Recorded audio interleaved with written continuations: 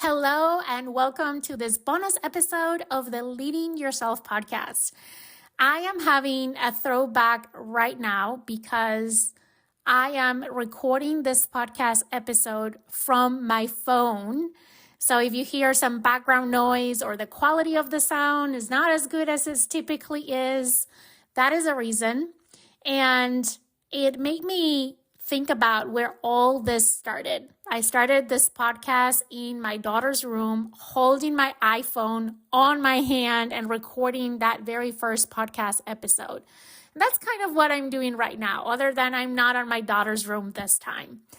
But I wanted to come here, and this is going to be a little bit all over the place kind of episode, but today is November 1st. I don't know when you're listening to this podcast episode, but it's going live November 1st, and it's very intentional because that means that we are 10 months deep into the year.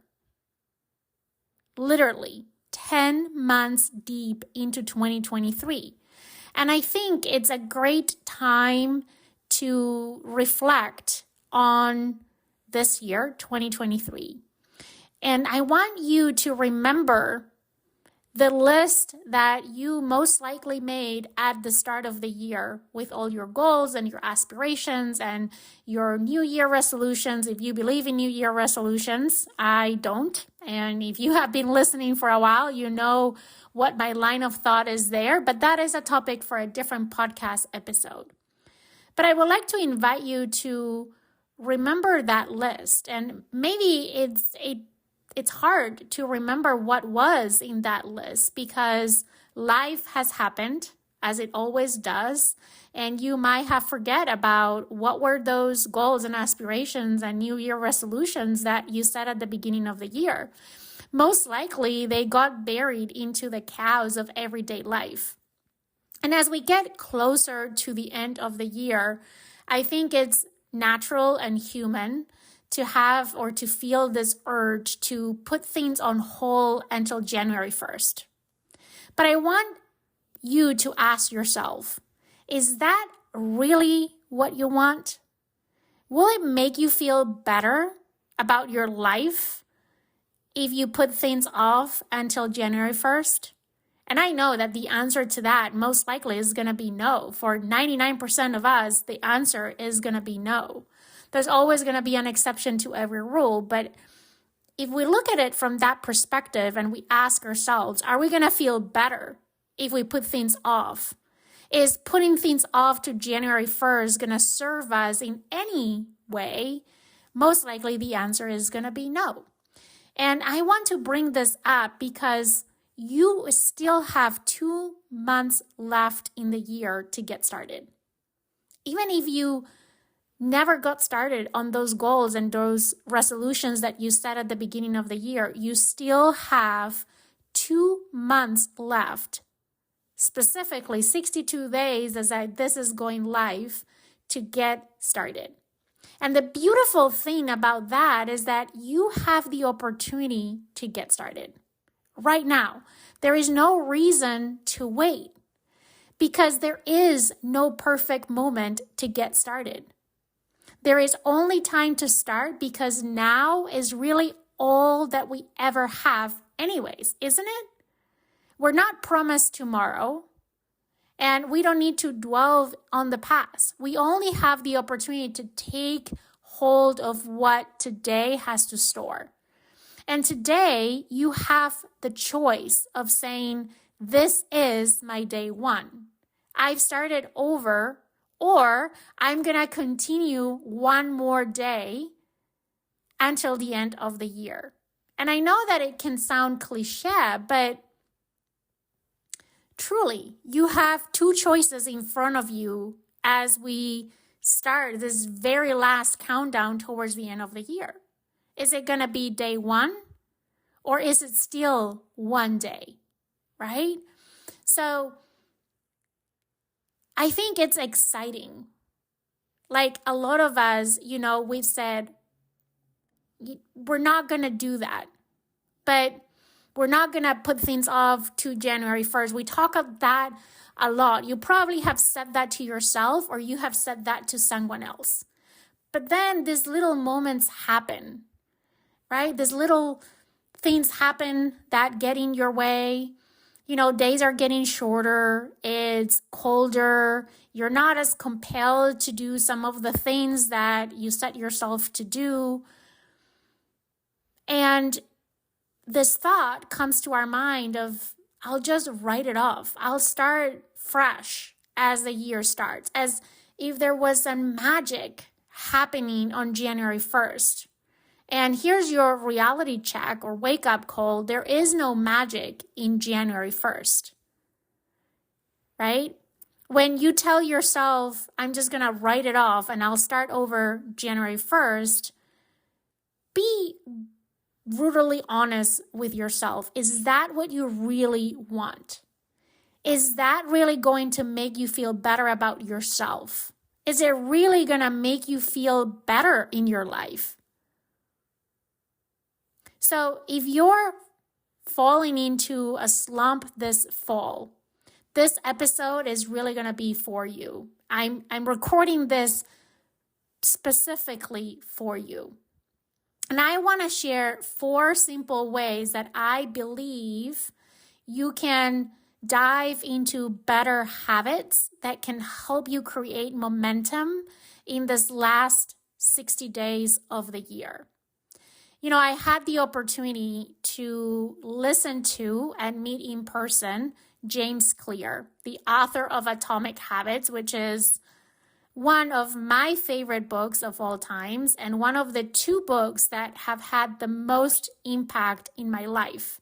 It was like a dream come true to be able to meet James Clear in person, to have him sign my book and get a picture with him and hear him speak on stage live and just a few meters away from where I was sitting. And I got really fired up by listening to him, even though he didn't say anything that I haven't already heard him say before on podcasts or YouTube videos or in his book, Atomic Habits. But it really resonated with me, having him there so close. It was like he was talking to me. And it got me thinking, we are in this final stretch towards the end of the year. And I think that diving into good habits can really help us to start to create momentum, not only to end the year strong, but into the new year. And you have heard me say and use this analogy before. If you say to yourself, I am going to start over or I'm going to start fresh January 1st, what you're doing is that you're going from whatever speed you're driving today to 0 miles per hour. You're parking your car on your driveway. And then January 1st, you are expecting to win a race and go from 0 to 100 miles per hour instantly. And that is just not reality. There is this law of physics that says bodies in motion stay in motion. So the best thing that you can do is to keep moving forward. And I personally believe that habits can create that momentum and can help us get into the new year. It's like it's instead of starting from 0, you're starting 10 steps ahead already in the new year. Who doesn't want to start the new year 10 steps ahead of everyone else? I don't know about you, but I do want that for me. So let's talk about these 4 things that you can do to create this momentum through habits. And they're all inspired on the work of James Clear. And I'm going to add a few things of my own here. But the first one is adhere to the 2-day rule. I talk about this in other podcast episodes, but basically what it is never skip a habit for 2 consecutive days. We know that life happens. It's always going to happen. It's not a question of if, it's a question of when. And I think we're entering this time of the year between Halloween and New Year's Eve that there's going to be a lot of those things that come up, right? That are going to work against you when it comes to having healthy and good habits because of the holidays and everything that comes along with that. So the 2-day rule basically is if you miss a day, make sure that you get back on track the next day. And that, what it means is it's okay if you miss a day. If you're trying to build consistency and you tell yourself every day from now until the end of the year, I am going to work out, that probably is not a realistic goal to set for yourself. And I think that if there is a day that you miss a habit, whether it's working out or whatever habit you're trying to build, if you miss a day, it's important to have grace with yourself, but then jump back at it the next day, right? Don't skip habits for 2 consecutive days because, let's be real, when that happens, it starts to form a snowball, right? It starts to form a snowball. If you miss one day and you jump the next day, you can easily get back on track. But if you miss 2 days, it's easy to miss 3. And if you miss 3, it's easy to miss 4, and so on. By promising yourself not to miss 2 consecutive days, you're setting realistic boundaries and you're acknowledging your imperfections, but emphasizing consistency. And the real beauty of this 2-day rule is that it's practical. It's simple to apply, right? And it's acknowledging that life is going to throw curveballs, that there are always going to be times that you might need to pause or skip a day. But bouncing back quickly ensures that your motivation and your perseverance remains ignited and that you don't drift too far from your goals. So that's the first thing. The second thing is to follow another rule, the 5-minute rule. Let's be real with ourselves. It's not easy to put these things off when you have zero motivation and zero energy, right? It's so easy to say, not today. I'm not going to do it today. I'll just do it tomorrow. And in these moments when it feels impossible to get ourselves to do that habit that we have committed ourselves that we were going to do, whether it's working out or having a gratitude practice or listening to a podcast or connecting with a friend or whatever that habit is for you, if we are just looking at it from an all or nothing mentality, it's like I go all in or I don't, it's going to be very easy those days that we wake up without motivation to skip that day and to fall into breaking the 2-day rule. So a way that you can do that is by just sticking to your habit for 5 minutes. Instead of committing to do the whole thing, however long that whole thing and whatever that whole thing is for you, just promise yourself 5 minutes. And here is why those 5 minutes are so critical and so important. Those initial 5 minutes are going to serve as a bridge to ease the transition from inaction to action. The momentum built in those 5 minutes can transform dread into accomplishment. It's a practical way, really, to trick ourselves into getting started. How many times you felt like you didn't want to work out? I wake up many days and I'm like, I don't feel like working out. But then I tell myself, the 5-minute rule, I'm just going to work out for 5 minutes. And after 5 minutes, I'm like, okay, I already started. I can do another 5 minutes. And 5 minutes becomes 10 and 10 becomes 20. And last thing I know, I completed the whole workout. And I'm feeling great. I'm feeling energized. I'm feeling proud and accomplished.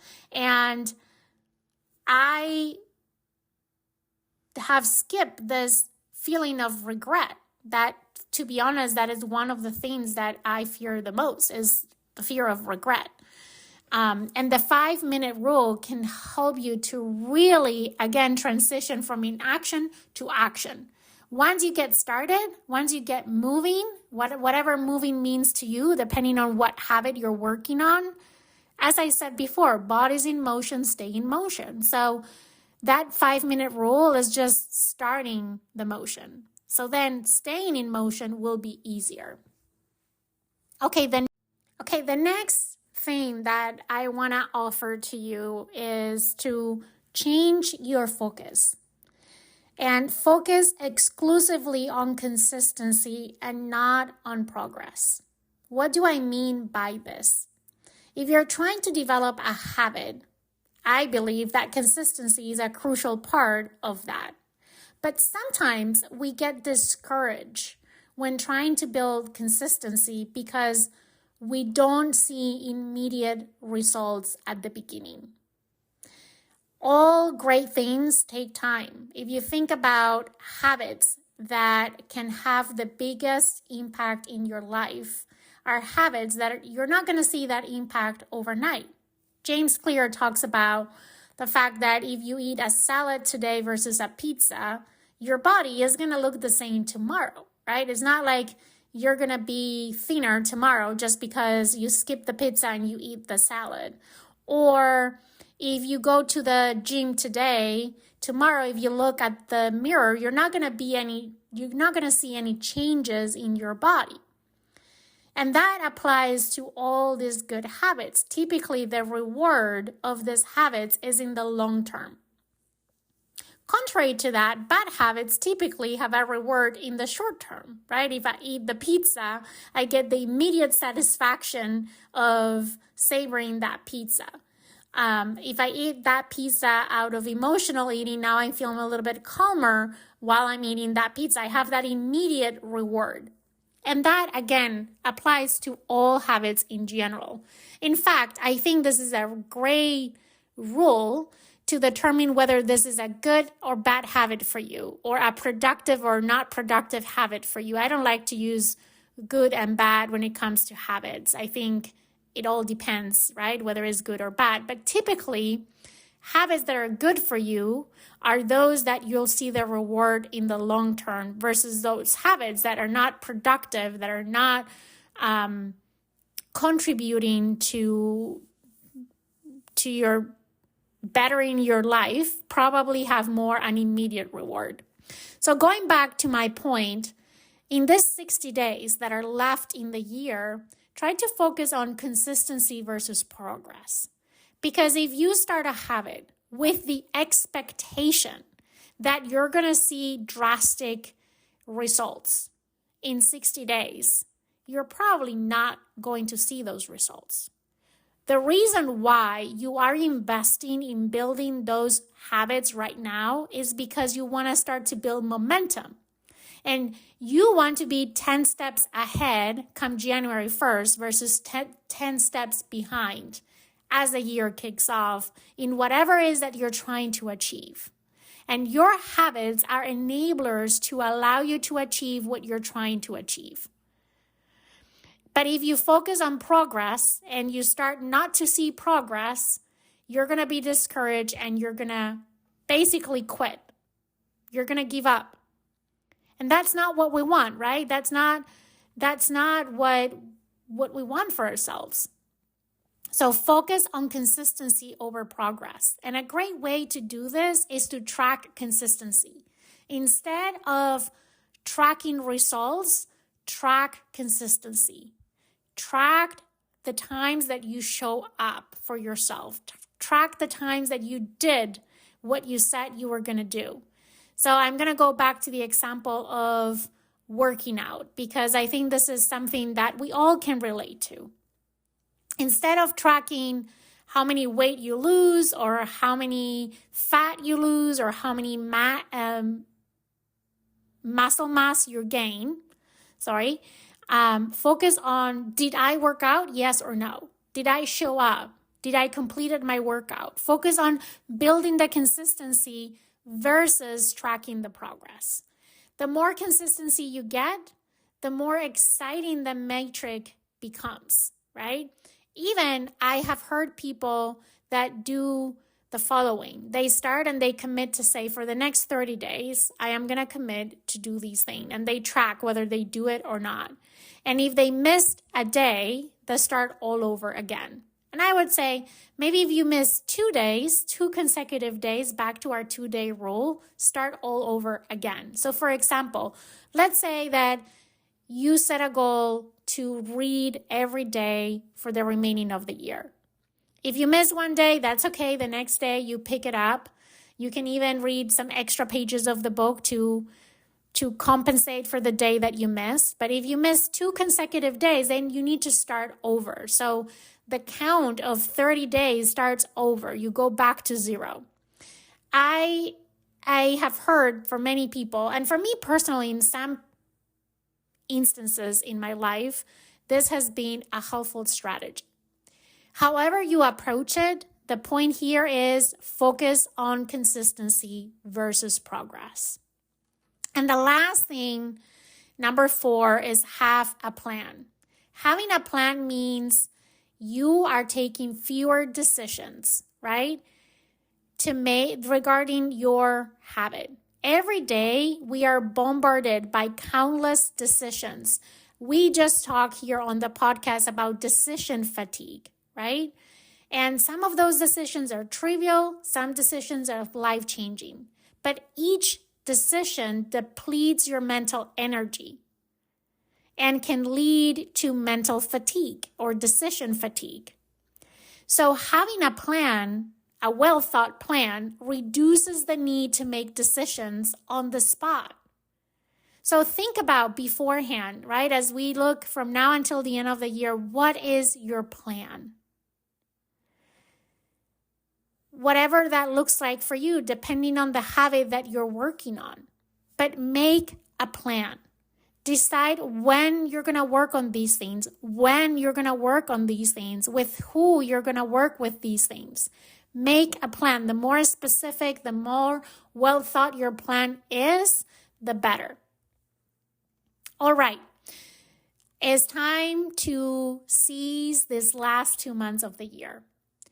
I want to invite you once again to reflect on your goals from the beginning of the year and to remember that the year it's not over yet. You have the power to take control, to make changes, to establish better habits for yourself that can not only help you end the year strong, end the year feeling proud of yourself and feeling accomplished, but it also is going to help you create momentum into the new year. Thank you so much for tuning in into this bonus episode. And don't forget to make the most of the remaining of this 2023. Your future self will thank you for the effort that you put over the next 60 days. I hope you have an amazing day, and I can't wait to talk to you again next week here on the Leading Yourself podcast.